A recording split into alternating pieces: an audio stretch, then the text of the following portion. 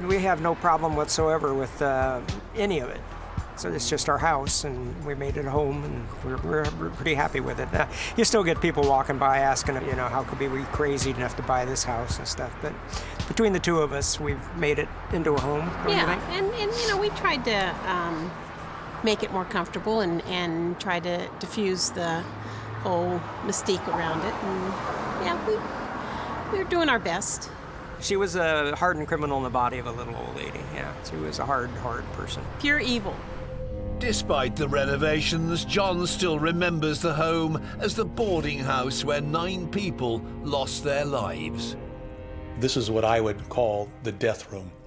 This is where Dorothea would bring her victims after giving them the drug and alcohol combination, and then bringing them in here and leaving them on the floor until she could prepare them at a later time.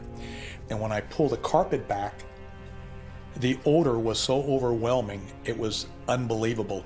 But I knew and recognized that smell. And it was the smell of putrefied body fluid that had seeped through the wooden floor from her victims, who had laid there for anywhere from 2 to 4 weeks, probably. The day after finding the first body, Saturday, November the 12th, 1988, John vividly recalls the moment he realized the little old lady living at 1426 F Street was not what she seemed. I looked up at one point onto that balcony, and Dorothea was standing there looking right straight down at me, knowing that probably within minutes I was going to uncover that second body, and sidetracked me from digging in order to walk her over to the motel. And it's there she made her escape. Puente would remain a wanted fugitive for 5 days, but her story begins over 85 years ago. She was born Dorothea Gray in San Bernardino County, California, on January the 9th, 1929.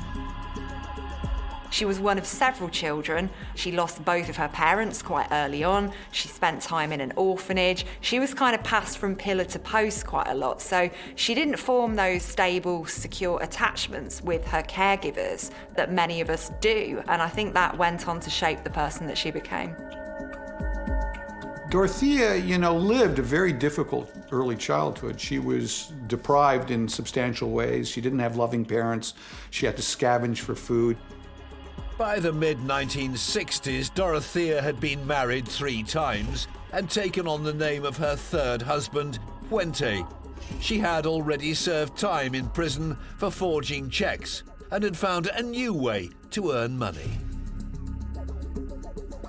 She starts to get involved in sex work, selling her body to basically put clothes on her back and feed herself. So she is living this quite kind of feral existence. Now, here's an individual for whom violence and abuse was just normal for her. If we look back at her childhood experiences, they're certainly not normal and warm and loving. They are quite brutal and quite cold. So this is the only thing that she knows. It's those basic emotions and those basic instincts. And then, after becoming a prostitute, she discovered this occupation of being a caregiver, which requires minimal qualifications. And all of a sudden, a world was opened up to her. In 1981, Puente began renting an apartment at 1426 F Street in downtown Sacramento. She took on the role of caretaker for the other tenants in the Victorian boarding house. Soon after, Puente met 61-year-old Ruth Monroe. Ruth's son, Bill Clausen, remembers his mother fondly. She was great. I mean, she was my mom. I'm going to say she's great. But she was. She brought up 5 kids after my father passed away, and I thought she did a good job. We met Dorothea through a gentleman that my mom met while she was working, and he kept asking her out, and she finally went out with him, and then they started seeing each other, and he introduced her to Dorothea. During their friendship, Dorothea decided she wanted to open a restaurant, and my mom wasn't working anymore, and my mom had a little bit of money, So she ended up opening the little cafe at the Round Corner Bar. Ruth ended up marrying Harold, the man who'd introduced her to Puente. But soon he was diagnosed with cancer and living full-time in a hospital. Ruth didn't want to live alone, and Puente had an idea. She could live with her at 1426 F Street. It turned out to be a fatal decision. We moved her in there on Easter Sunday, 1982, and she died April 26th, 2 weeks later. I saw my mom every day from the time I moved her in there. I stopped by there on my way home from work. And the last 3 days of her life, she seemed like she was getting sick. And when I went there, I'd noticed that she had a drink in her hand, and my mom didn't drink. So I asked her, I said, "What's that?" And she said, it was a drink that Dorothea fixed to calm her nerves. I said, fine, I didn't think anything of it because I knew they were friends, and okay, fine. But Ruth deteriorated so badly over the next few days that the next time Bill went to visit her, she was almost catatonic. Mom was laying there. I sat next to her and touched her and told her, I said, "Dorothea's taking care of you, you'll be fine." And she had a tear coming out of her eye, and that was it. She didn't say anything. She just laid there. The next morning, I got a call from my brother telling me that mom was dead. Went over there. She had already been taken away by the coroner's wagon, and Dorothea had said that she committed suicide. So immediately, I stopped, I yelled to my commander, "We have another one." And he runs over, and the first thing he asks is, "Where's Dorothea?" It was a good question. Where was Dorothea Puente? A second body had been found buried in her yard, and she was nowhere to be seen. She wasn't at the hotel having a coffee. It had all been a ruse so that she could make an escape. Dorothea Puente was on the run. On Saturday, November the 12th, 1988, a police forensic team were digging up the yard of a boarding house in Sacramento, California. They had just unearthed a second body. Dorothea Puente, the 59-year-old landlady of 1426 F Street, had left the house and headed to a nearby hotel to have a coffee. But detectives were now very keen to speak with her. I said I took her on watch to go to the coffee shop. She's supposedly over there at the hotel. So then another detective came and found out by speaking with the person at the counter in there that in fact Dorothea had come into the hotel, walked through the lobby, went to a payphone, picked up a payphone, and apparently called a taxi cab because the cab arrived and took off. Puente had absconded, and detectives had no idea where she was headed. And so at that time we called in the FBI and enlisted the help of other resources and outside agencies in trying to locate her, because that is what was key right now, is to try to find her as fast as we could. Back at 1426 F Street, one of the many people who had gathered to watch the dig had given some important information to Deputy Coroner Laura Santos.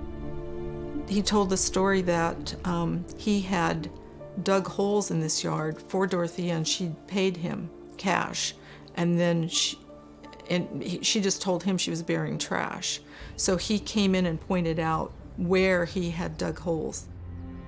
Over the next 3 days, the excavation of the yard continued.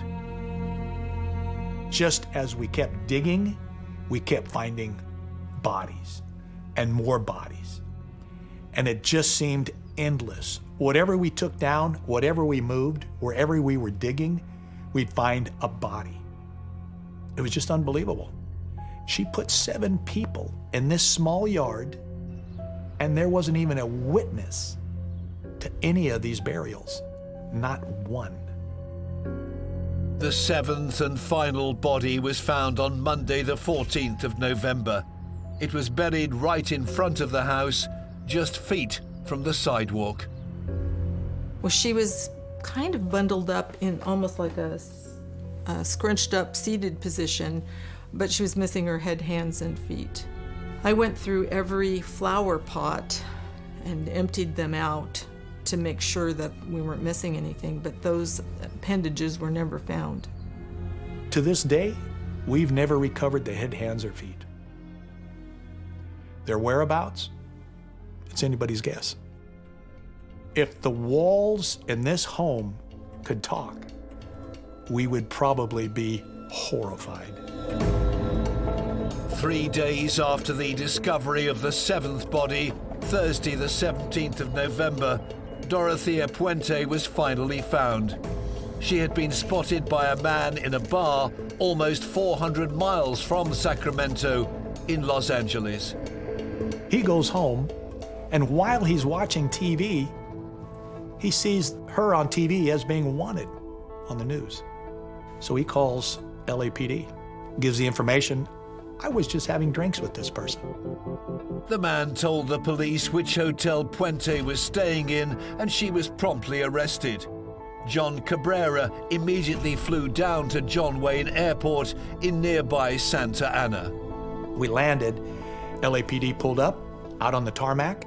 We got out of the plane, and there she was. They had her in cuffs. You know, we ceremoniously walked over, and they transferred her to me. I asked her, you know, are you okay? Yeah, I'm okay. And then out of nowhere, she just says, Mr. Cabrera, I'm sorry.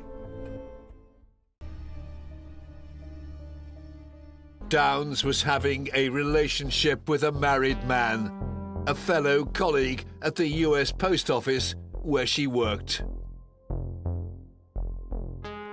Diane Downs said she was in love with this man. This was the man she wanted to be with. She thought that by eliminating the children, that would be the last hurdle she would have to jump over to be able to be with this man forever.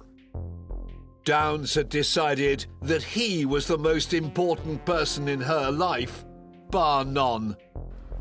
Here we've got a mother who relentlessly pursued her own wants and desires and really didn't care about her children.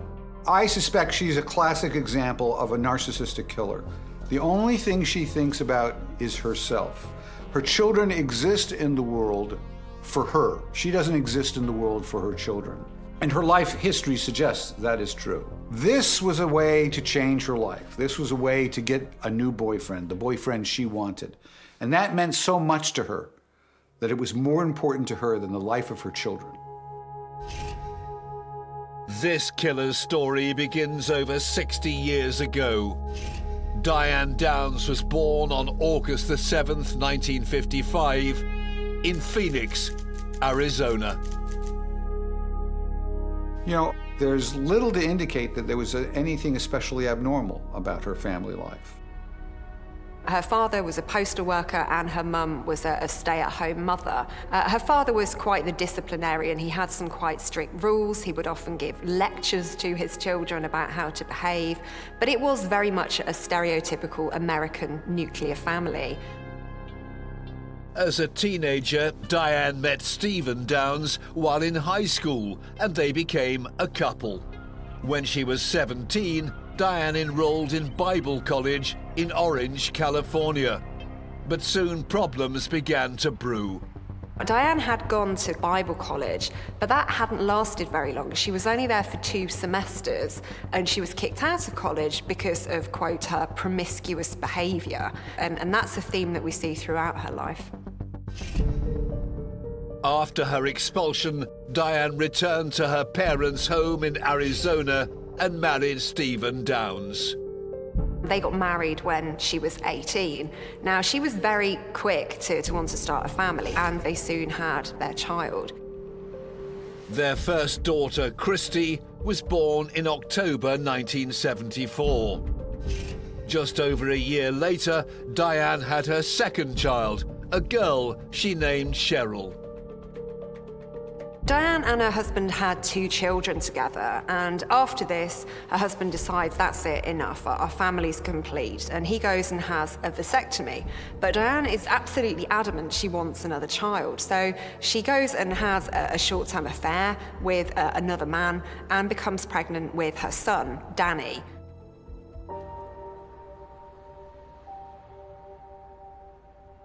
I suspect that she engaged in what I call instrumental sex. And what I mean by this is, for some women, sex is a tool. It's a weapon. They want to get pregnant because they believe that that will create a relationship. Diane seemed to really enjoy the pregnancy stage of motherhood, but when the baby actually arrived, she didn't quite like that so much. There are lots of reports that she left the children alone, she left them unattended. When they got home from school, they were waiting on the porch for hours at a time. In 1980, Diane and her husband Stephen divorced. Soon after, Downs was pregnant again. That's because she'd volunteered to be a surrogate mother. At the time in the United States, there were approximately 100 surrogate mothers in the entire country. Those are the estimates at the time. So being a surrogate mom put you in a very rarefied piece of air. You were unique. And she was actually interviewed for a national newspaper in the early 1980s, and she very much seemed to enjoy that experience. So she's got a taste of that limelight, and she will use her role as a woman, her role as a mother, as a way to get people to look at her. The thing that we need to understand about these crimes is that because she's driving down the street with a loaded gun, which means before she stepped into that car, she knew she was going to kill her children. In keeping with her pernicious plan, after leaving the farm, Diane Downs packed the children in the car and drove to a carefully chosen site on Old Mohawk Road. She pulled over and got out of the car. We are talking about a premeditated homicide. This is something that the average person thinks of as inconceivable and impossible. With the children not suspecting a thing, she went to the trunk of the car. She pulled out a Ruger 22 caliber semi-automatic pistol, walked back to the driver's side with the gun in hand. When the children first see the gun, they have to be in total disbelief. It has to be inconsistent with all of their experiences. Then she knelt on the seat, leaned forward towards her daughter, 7-year-old Cheryl, and from about 6 inches away, fired.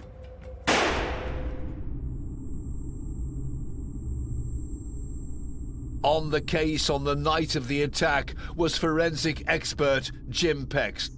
One shot was in the back that exited about at the sternum, and that was probably the bullet that was found in the passenger side, inside the vehicle. As Cheryl tried to exit the car, her mother leant out of the passenger side door and fired again. There was another shot in the lower torso here that stayed in her. After the first bullet is fired, the second and third bullets are fired within seconds. When a gun is fired in a closed space like a car, it is very loud. I mean, it is booming, shocking, on its own is stunning, and for children more so. Next, Downs shot her 3-year-old son in the back. The boy was on the driver's side back seat, had a single wound, a gunshot wound to the spine. She then shot her daughter Christy in the chest twice. As the girl raised her hand to defend herself, a bullet ripped through the thumb of her left hand. There was a bullet penetrating wound that went through her hand, exited near the thumb, and then into her chest. In the back of the car, Christy and Danny were clinging to life. Lying in the footwell in the front, Cheryl was mortally wounded. I suspect that Diane Downs chose to shoot her children because it's placing distance mentally and physically between her and them. It's a cold, calculated decision. You don't have to be staring into somebody's eyes to do it. It was a clinical and cruel attack, but Downs's evil plan was far from over. While her children lay dying, Diane Downs continued with her coldly conceived plan and covered her tracks. Not only did she know she was going to kill her children, she knew that she was going to have to, in order to make it look like somebody else did it, she was going to have to shoot herself. So she shot herself in. Jim Pex placed two .22 caliber bullets side by side under a comparison microscope. One ejected by Downs's rifle and the other one that was found inside the crime scene car. What you have is a split image down the middle, and what we're looking at are extractor marks. And as you can see by the fine striations here, these extractor marks were both made by the same extractor, which means there is a relationship between the cartridge casings from the crime scene and the cartridges from her apartment. Then we knew that this is a breakthrough moment where there is a relationship to the fired casings that hit the children to the cartridges that were inside the tubular magazine of the rifle. Checking sales records, police knew that Diane Downs had owned a Ruger .22 caliber semi-automatic pistol. After test firing one exhaustively, Jim Pex found similar extractor marks on the bullet casings. He concluded that a Ruger .22 caliber pistol was the murder weapon, but it was never found. While Diane Downs managed to dispose of the gun, but at home she had a rifle that also shot .22 caliber rounds. And when the police processed this evidence, they found that they were the same manufacturer as the bullets that were used to shoot her children. They had ejector marks on them, some of them, that were the same as the ejector marks from the pistol. The bullet casings and their telltale extractor marks were enough to convict Diane Downs for the murder and attempted murder of her 3 children. On February the 28th, 1984, 9 months after the crime, she was brought into custody. When the arrest finally went down, I think the whole town breathed a sigh of relief. She appeared at the Lane County Courthouse for her arraignment. After the charges were read, Diane Downs sprung a major surprise.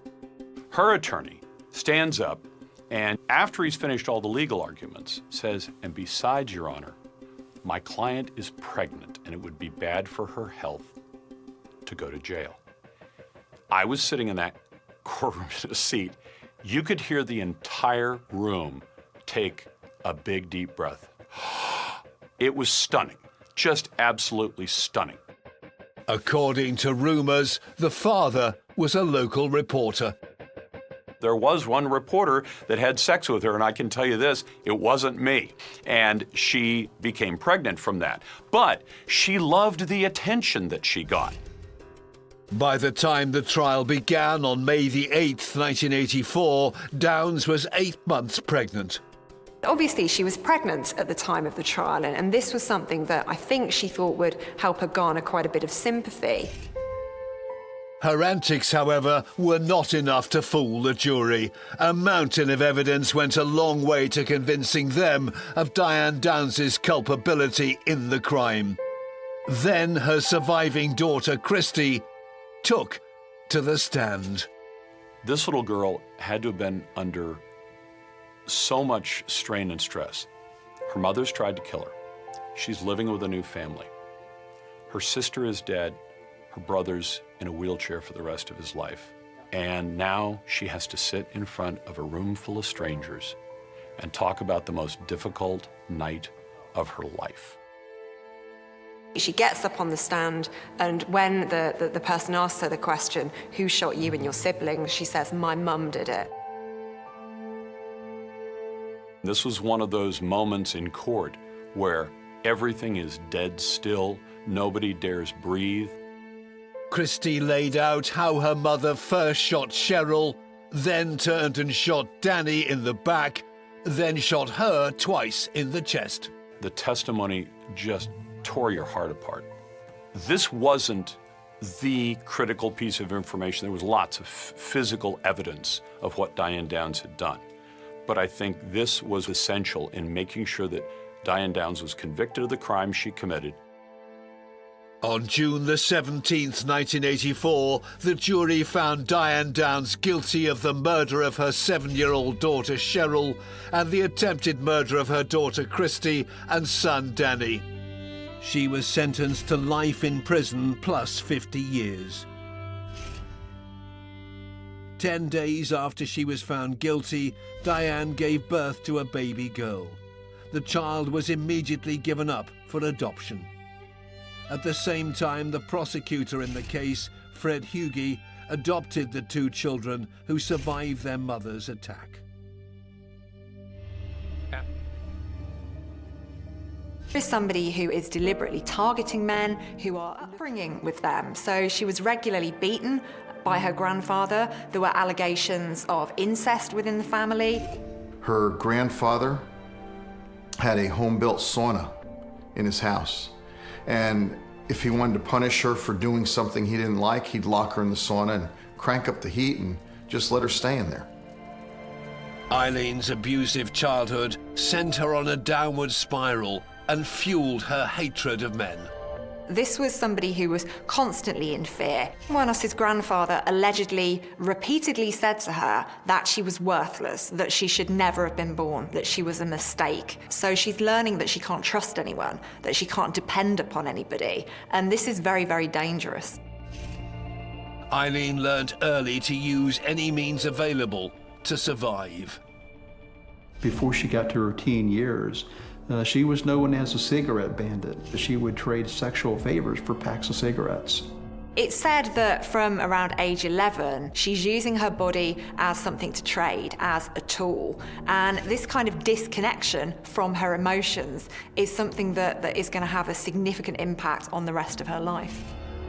Her behavior left her pregnant, aged 14.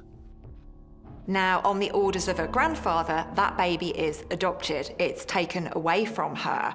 And this is just reinforcing those ideas that she already has, that those who are supposed to love me hurt me, that I am worthless, that I'm not deserving of love. Shortly after she was forced to give up her child, Aileen was hit by another tragedy. Her grandmother dies of liver failure, having been quite a heavy drinker for many years. Her grandfather actually blames her for her grandmother's death. Her grandfather was furious and threw Wuornos out of the house. Aged just 15, Wuornos was left homeless. Alone, her only option was to live in the woods at the end of their street. She lives a very feral existence, sleeping in an old car, and she's still a child at this point. And this is incredibly damaging. There is absolutely nobody there for her. She is literally just taking each day as it comes. She's making sure that she has enough to eat. She is basically using her body as she's used it before. She's learning that life is full of rejection, it's full of pain, it's full of fear, and that she really needs to hurt others before they get the chance to hurt her.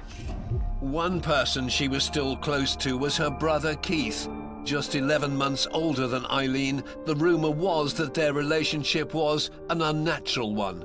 There were allegations of incest. School friends of Keith said that they'd witnessed these things going on. So she felt a connection, but it was a very pathological and a very toxic one. Unable to cope living outside during the cold winter months in Michigan, age 16, Aileen hitchhiked over 1,000 miles west to the warmer climes of Colorado. 2 years later, she was arrested for her first offence, driving under the influence and disorderly conduct, which included the dangerous discharge of a .22 caliber weapon. Eventually, in 1976, age 20... Needed a beer, she'd sit on a pool table and kind of demand her, get her another beer or whatever. Having blown her inheritance, Wuornos took it upon herself to raise the money the two needed to live. Aileen would go out and prostitute. to make money so that she could buy things for Tyria. She would want to take care of her and make sure she was happy and never want to leave her. And I think that was what it boiled down to. Daytona Beach, Florida, November the 30th, 1989. 33-year-old Aileen Wuornos was now living with lover Tyria Moore and was indulging in a host of petty crimes to maintain their extravagant lifestyle. The frequency of the crimes and the force Wuornos used to enact them was increasing. It all came to a head the night she was picked up by 51-year-old Richard Mallory. Richard Mallory owned an electrical repair shop, and he'd been divorced for many years, and he didn't make any secret of the fact that he did enjoy engaging in the services of sex workers. He picked her up hitchhiking, they were drinking, they were hanging out, as it were, and one thing led to another, some type of violent encounter where she ended up killing him. She shot him 4 times with a 9-shot revolver. She took a couple of pieces of property that belonged to him, a camera and a radar detector, and she pawned them. She made some money off of the deal. When Richard Mallory's body was found 2 weeks after he was killed, there was no evidence to clarify what sparked her rage. When his body was found, it was very decomposed. Basically, all we have to work with is what we have found at the crime scene, the physical evidence and the trace evidence, etc. We do know that he was shot multiple times and his victim was found in a secluded area right outside the city of Daytona. What triggered Wuornos to kill for the first time remains a mystery. But what is certain is that the murder of Richard Mallory was the beginning of a dark and deadly chapter. For her entire life, Wuornos has been victimized by men. She's been abused by them. But now she's turned the tables. She's the one that's in control, and she's very much enjoying it because she's learned from a very early age that violence equals power, and she really is on quite a high at this point. Taking one life once wasn't enough. 6 months later, Wuornos struck again. There's usually what they call a brief cooling off period, and this absolutely applied here. A large part of it was due to her paranoia and her fear of getting caught. And when she came back from that brief cooling off period, now she was the predator. She was looking for who she was going to kill next. She's somebody who's being proactive. She's seeking out victims, she's getting access to them, she has an opportunity to harm them, and she takes that opportunity. These men, they were all white males. They were all traveling the roads alone. They were middle-aged, 40 to 65. On May the 19th, 1990, she was picked up on the I-75 highway by a 43-year-old machine operator, David Spears. When they pulled over and he began to undress, she slipped out of the passenger side door, walked around to the driver's side, aimed and fired.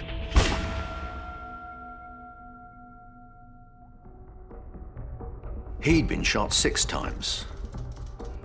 One shot was not enough for Wuornos. She was making a point with her killings. She was saying, this is for all the men who have abused me over the years. This was somebody who enjoyed watching men die because for the first time in her life, she was powerful. She was the one in control. She was the one calling the shots. Yeah, I'd love to go out, but I said, you stink. You ain't had a bath. And I don't know when, and I said, I stink. And I said, I ain't doing that. I'll go get a motel room and we'll clean up, but I ain't going out with no stinking-ass woman. Mike told Wuornos to wait for him at the bar while he went to get his room key. Instead, he met with a task force outside. And I meet with my outside people and tell them, you know, we make a plan because we knew what she had in mind. The exact words I told them was, piss on the fire and call in the dogs. This hunt's over with. This is her. And I'm not going off with her because I'm not going to be the next victim. Mike returned to the bar with a motel key and showed it to Wuornos. He then waited for her to make the next move. Should I get worried about it? No, she wasn't gonna kill me in the bar. So I wasn't, I really wasn't worried about it, not at that point. I just went and got another beer and said, just whenever you get ready, I'm ready to go, let's go. A little while later, Wuornos and the undercover cop walked out of the bar.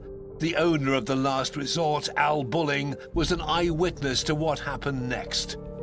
They were just sitting at the bar drinking, They didn't want to arrest her in the bar or anything because they didn't know what she had or didn't want nobody else getting hurt. So they waited for her to walk out the door. As soon as they hit the door, that's when they arrested her. Wuornos was bundled into a car and taken away. The task force had successfully executed the arrest safely.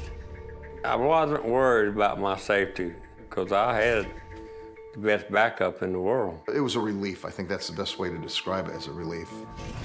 The next day, investigators managed to track down Wuornos' partner, Tyria Moore, in Scranton, Pennsylvania.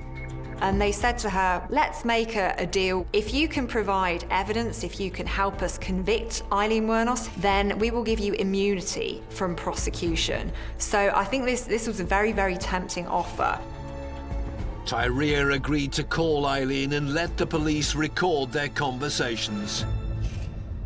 Lee, they're coming after me. I know they are. No, they're not. What? They're not going to go to jail or anything. Listen, if I have to confess, I will. Okay. Yes. Why the hell did you do this? Why did you do this? Listen, Ty. Wait. I'll probably never be able to see you. Yes. I love you.